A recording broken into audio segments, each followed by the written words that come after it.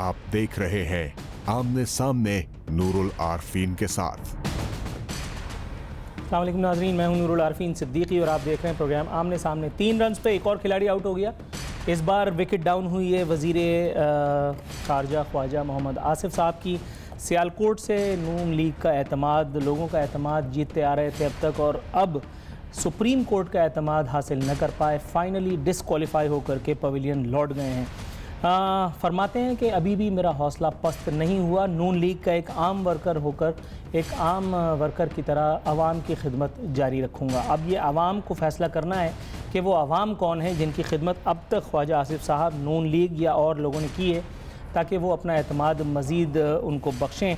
लेकिन सवाल ये पैदा होता है कि पहले साबिक़ वज़ीर आज़म, उसके बाद अब साबिक़ वफाकी वज़ीर ख़ारजा, टॉप मोस्ट नॉच जिसको कहते हैं हमारे यहाँ की टॉप ब्रास, वो इस किस्म की अगर एक्टिविटीज़ में इन्वॉल्व पाई जाएँ, किसी भी हवाले से वो अपने एतमाद को बहाल न रख सकें, लोगों के एतमाद को, जो जिन लोगों ने उनको वोट दिया था, तो फिर एक आम आदमी कहाँ देखेगा, किससे रुजू करेगा? उसे कहते हैं किसे फ़रियाद करें, किससे मुनसिफ़ी चाहें। सुप्रीम कोर्ट का फ़ैसला बहरहाल आया। कुछ लोगों को ऐसा महसूस होता है कि फ़ैसला आने में बहुत देर हुआ। टेन्योर तो फाइनली पूरा कर ही गए ख्वाजा साहब। 1 महीने की शहादत सियासी मिली उनको। अब ये सियासी शहादत उनको किस हद तक पे ऑफ कर सकती है या उनकी जमात को, इसका फ़ैसला आने वाला वक्त करेगा। लेकिन पीटीआई इस दौरान में पुरज़्म है कि अब वो ख्वाजा आसिफ साहब के बाद एहसन इकबाल साहब की विकेट भी डाउन करेगी। एहसन इकबाल साहब की विकेट पीटीआई डाउन करेगी, इस बात के चांसेस ज़रा कम नज़र आते हैं, क्योंकि एहसन इकबाल साहब ने जो है वो बाउंसर का रुख अपनी तरफ खुद ही मुतवज्जो कर लिया है। कुछ और भी मामलात थे जो एहसन इकबाल साहब के एंड पे थे, लेकिन कौन सा ऐसा मामला है कि जो उम्मीद की जा रही है कि एहसन इकबाल साहब की विकेट लेके जा सकता है? ये मामला क्या था, ज़रा एहसन इकबाल साहब की ज़ुबानी पहले मुलाहिज़ा कीजिए, क्यों घन गरज का उन्होंने सबूत दिया था। दिखाएंगे ज़रा वो वीडियो। हर कोई नहीं आया किसी अपने पर्सनल एजेंडे पे। हमारे अंदर भी उतना ही पाकिस्तान धड़कता है जितना किसी और के दिल में धड़कता है, जितना किसी फौजी के दिल में धड़कता है, जितना किसी जज के दिल में धड़कता है, उतना ही पाकिस्तान एक सियासतदान के दिल में भी धड़कता है। ये मजाक है कि यहाँ पे हमने हर वक्त एक खेल बना लिया है कि लोगों को तस्लील की जाए। We have served this country with dignity and look, the chief justice can sit on the bench. Asif Iqbal ने सिफारिश के ऊपर किसी वाइस चांसलर को लगा लिया। Chief justice have a heart. आपकी तौहीन होती है तो हमारी भी तौहीन होती है। यू हैव नो राइट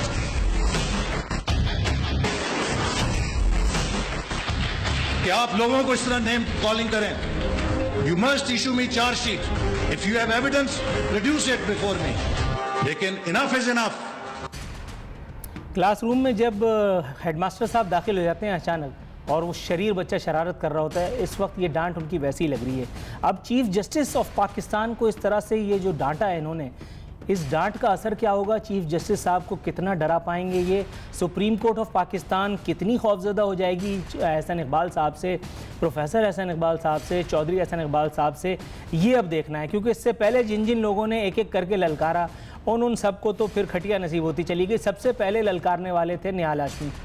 निहाल हाशमी साहब को यानी ज़ाती तौर पे उनको जानता हूँ, बड़े माकूल किस्म के आदमी हैं, लेकिन ये जो ललकार थी वो उनकी सियासत को भी और उनको भी एक ऐसे कुएं में ले गई। मुझे नहीं लगता कि अब अगले 500 साल से कम में निहाल हाशमी साहब को दोबारा ऑन एयर होना नसीब हो या किसी और पब्लिक ओहदे को वो होल्ड कर पाएँ। एहसन इकबाल साहब के साथ क्या होगा? इससे पहले भी उन्होंने कई मरतबा अपने गुस्से का इजहार फरमाया। एक मरतबा नवाज शरीफ साहब जब अदालत जा रहे थे, नायब कोर्ट में उनकी पेशी थी, तब भी ये जाकर के वहाँ रेंजर्स से भिड़ गए थे और उन्होंने उंगली दिखा दिखा के उसी तरह से उनको डराया था और फरमाया था कि ये कोई बनाना रिपब्लिक नहीं है, मैं वफाकी वज़ीर दाखिला हूँ और आप होते कौन है इस तरह से कुछ करने वाले। बड़ा वो मशहूर हुआ था किस्सा। उसके बाद उन्होंने कहा था कि मैं रिज़ाइन कर दूँगा। मैंने उसके ऊपर 2 प्रोग्राम्स किए। रिज़ाइन तो छोड़ दीजिए, मुझे भी लिफ्ट नहीं कराई, कम अज़ कम एक शो कॉज दे देते। अच्छा, साद रफ़ीक साहब को नजराना अक़ीदत पेश करना चाह रहा था। साद रफ़ीक साहब पे पहले बात कर लूँ, फिर ले लीजिए भाई ब्रेक। साद रफ़ीक साहब के ज़रा वो वीडियो चला दें, मशहूर मोहरकतुल आरा, ताकि उनके हौसलों की भी हम जायज़ा ले लें जल्दी से। जो ट्रॉफी मुझे मिल रही है, एक पेशी मुझे मालूम है, एक पेशी फिर अगली पेशी, फिर उससे अगली पेशी, और उसके बाद अब कुछ बाकी छोड़ा नहीं है। मैं क्या कह सकता हूँ दुनिया की। सुने उन्हें इन्होंने मुतमईन होना ही नहीं, जो मर्जी कर लो, खून पिला दो, मुतमईन नहीं होना की करिए। खून भी पिलाया ना, मेरे खानदान ने तो खून भी दिया यार, खून दे के यहाँ खड़े हैं ना, फ्री में तो खड़े भी नहीं है। वालिद ने जान दी, वालदा की जान गई, सारी जवानी लगाई, फिजिकल टॉर्चर, सारे जिस्म काले करवाए, 12-14 बार जेल काटी, किसी आमरीयत से हाथ नहीं मिलाया बशमूल ज़िया आमरीयत के। एक मरे हुए महकमे को मेरी पार्टी की हुकूमत में, बाकी महकमे जो है उन्होंने क्यों नहीं इस तरीके से तरक्की की? PIA भी था, स्टील मिल भी थी, रेलवे खड़ी हो गई, निजकारी से बचाया, ईमानदारी से काम किया, तो उसका सिला मिल रहा है। अब बहरहाल मेरे बच्चे भी देख रहे हैं, लेकिन मेरे बच्चे भी देख रहे हैं, मेरा खानदान भी देख रहा है। सर हम भी तो देख रहे हैं, और हमने पहले वो भी देखा है कि जो आप लोहे के चने बनते थे, अब वो लोहा कितना पिघलाया चीफ जस्टिस साहब ने, सलाम तहसीन है उनको। नाज़रीन, यहाँ वक्त हुआ प्रोग्राम में एक मुख्तसर सी कमर्शियल ब्रेक के बाद दोबारा हाजिर खिदमत होगा।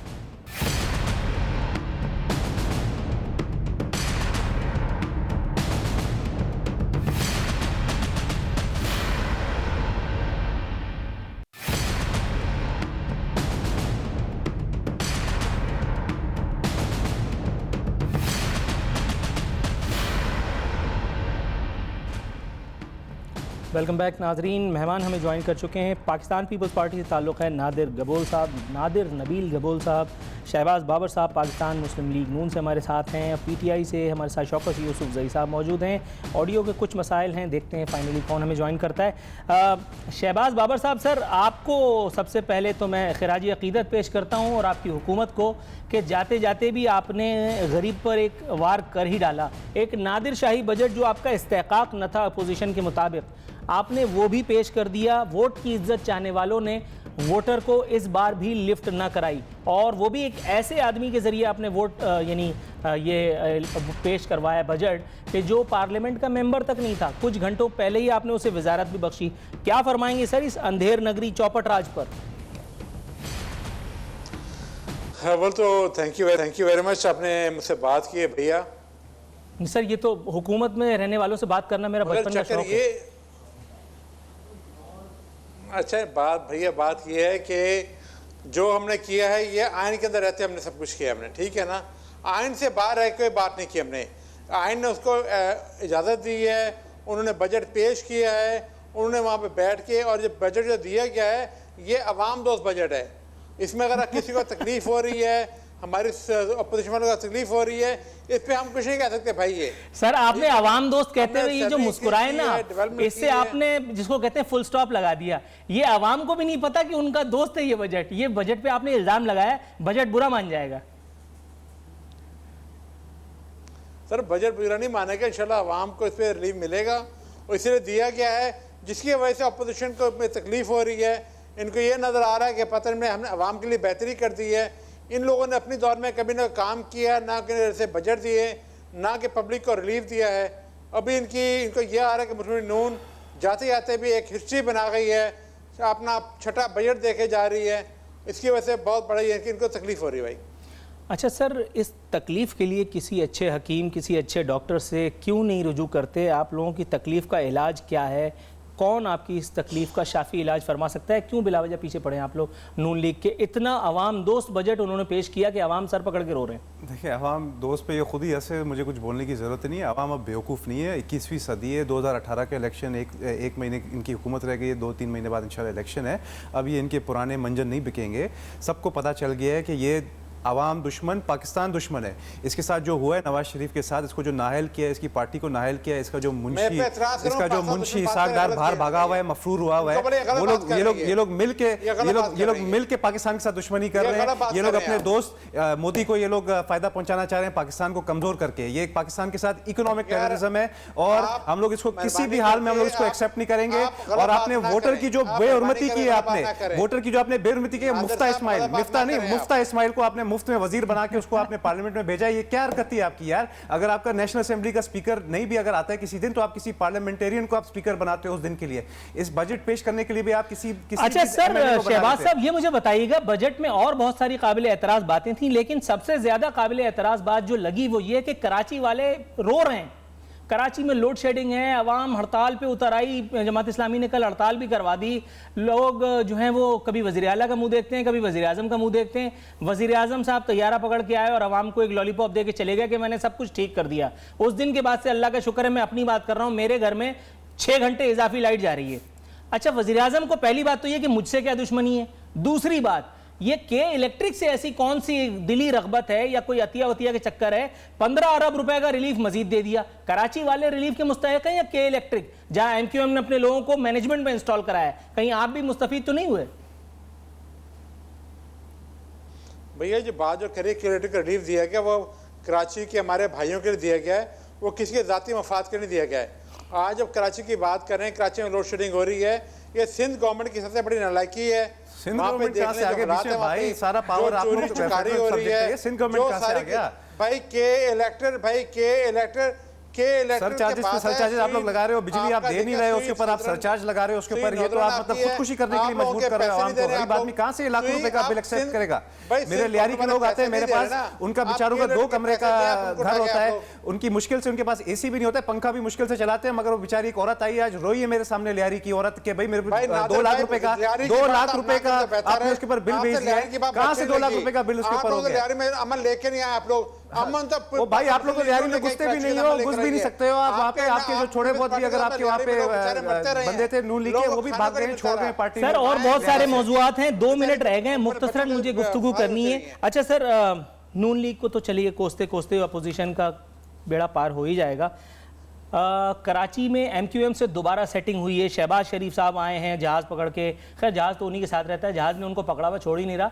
शहबाज शरीफ आए हैं और एमक्यूएम के मरकज़ बहादुराबाद में आमिर खान की एमक्यूएम, आमिर खान और फैसल सब्जवारी की एमक्यूएम से एक बार फिर उन्होंने अपना लव अफेयर चलाया है। ये ताल्लुकात रंग लाए हैं और बजट में उनको मजीद रिलीफ दिया है 25 अरब रुपए का। अब ये 25 अरब रुपए से महाजिरों का, वो महाजिर जो एमक्यूएम बहादुराबाद के मरकज़ में मौजूद हैं, वो महाजिर जो आमिर खान के खुशामदी हैं, वो महाजिर जो खालिद मकबूल के कहने पे थिरकते हैं, वो महाजिर जो हुसैन की बकायाजात हैं, उनकी बहाली के लिए, कराची वालों की नहीं, कराची में बसने वाले महाजिरों की बहाली के लिए नहीं, एमक्यूएम की बहाली में ये 25 अरब रुपए खर्च होंगे। नादिर कबूल साहब, पहले आपने मुफाहमत के नाम पे एमक्यूएम को पाला पोसा बड़ा किया, अब ये शहबाज शरीफ साहब आए, क्या फरमाएंगे सर?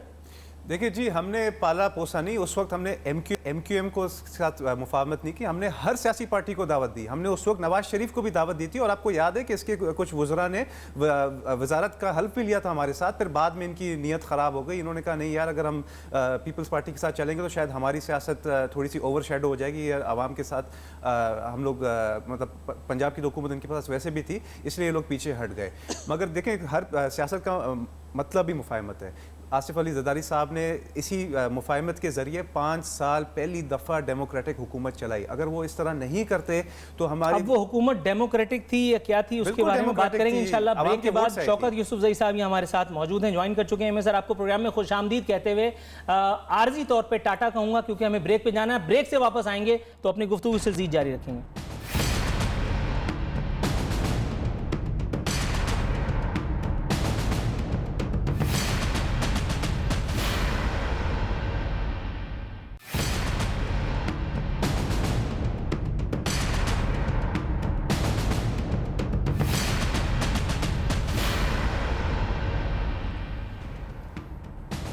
वेलकम बैक नाजरीन, इख्तितामी मरहले में दाखिल हो चुके हैं। शहबाज साहब, सर ये मुझे बताइएगा, इसहाक डार साहब की पुरस्कार बीमारी एक मरतबा फिर औद कर आई है।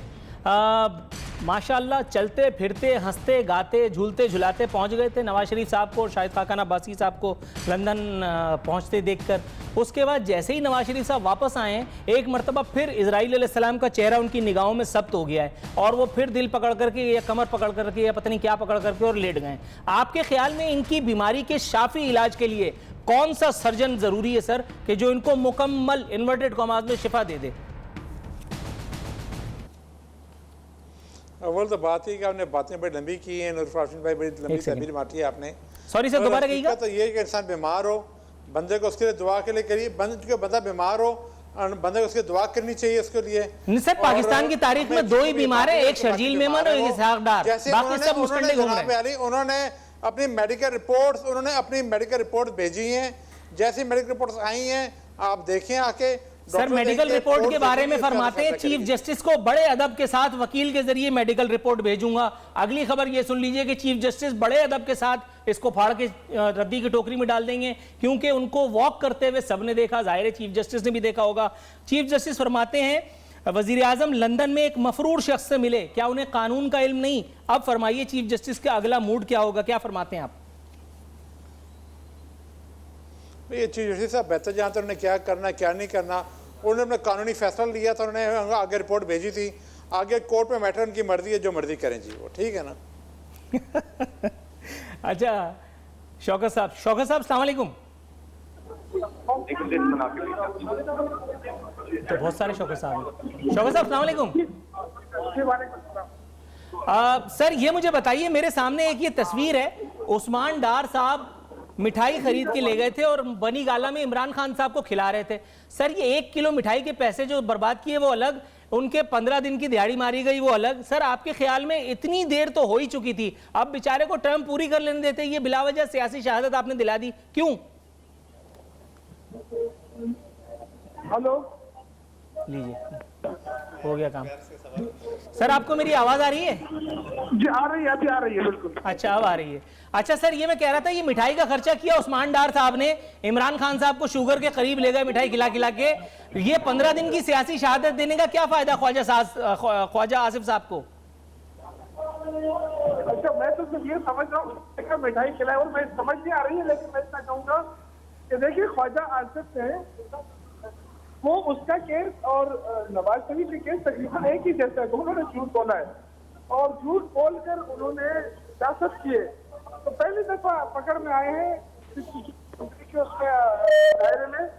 तो मेरे ख्याल से देखिए पाकिस्तान ये इन्होंने कोशिश की थी पीपल्स पार्टी वालों ने कि इसको आइन से इसको निकाल देने के लिए। ये मैं कहता हूँ ये पाकिस्तान का ने मदद करनी थी, किसी का जो आर्टिकल ये लेके आए वाला, और उसकी वजह से आज इंशाल्लाह मैं आपको बताऊं पाकिस्तान की सियासत साफ हो जाएगी, करप्शन से भी साफ हो जाएगी, और जो झूठ मकार जो चोरी करने वाले ये सारे आउट हो जाएंगे सियासत।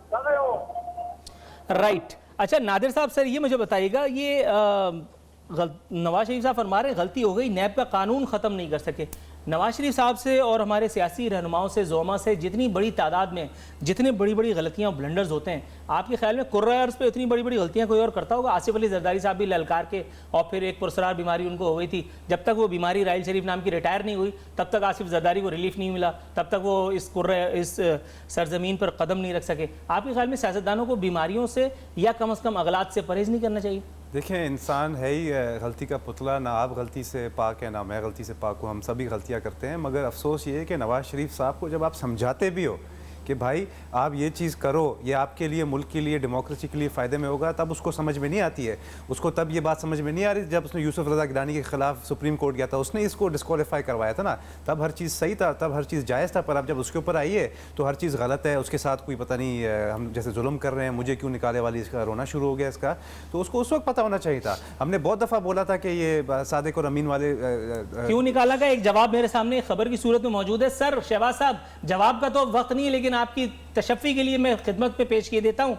इस गरीब कौम को अताउल हक कासमी साहब जो है वो सिर्फ 20 करोड़ रुपए में पड़े, गेस्ट हाउस का बिल 20 लाख, क्लब की मेंबरशिप 15 लाख, तफरीही अखराजात 23 लाख रुपए, अहलियत एक गाड़ी की थी मगर प्रोटोकॉल की एक गाड़ी समेत 4 गाड़ियां इस्तेमाल करते रहे। 23 लाख रुपए में तफरी कर रहे हैं सर आप। यहाँ गरीब के बच्चे को 50 रुपए में तफरी हो जाती है, आप लोग 23 लाख रुपए की तफरी। अच्छा उसके बाद फिर अगली इख्तिदार में आने के लिए भी आप लोग फिर इंडिया देते रहते हैं कि अब मैं आऊंगा। अगली दफा अगर आ गए तो ये 23 मेरे ख्याल है 68 लाख रुपए में कौम को पड़ेगा। इससे साबित होता है कि जमहूरियत बेहतरीन इंतकाम में। अपने तमाम मोअज़्ज़िज़ मेहमानों का शुक्रगुजार हूँ कि अपनी बावजूद हमारे प्रोग्राम में शिरकत फरमाई। नाज़रीन इसी के साथ हमारे प्रोग्राम का वक्त खत्म होता है। नूरुल आरफीन सिद्दीकी और आमने सामने की टीम को इजाज़त दीजिए। फ़ी अमानिल्लाह।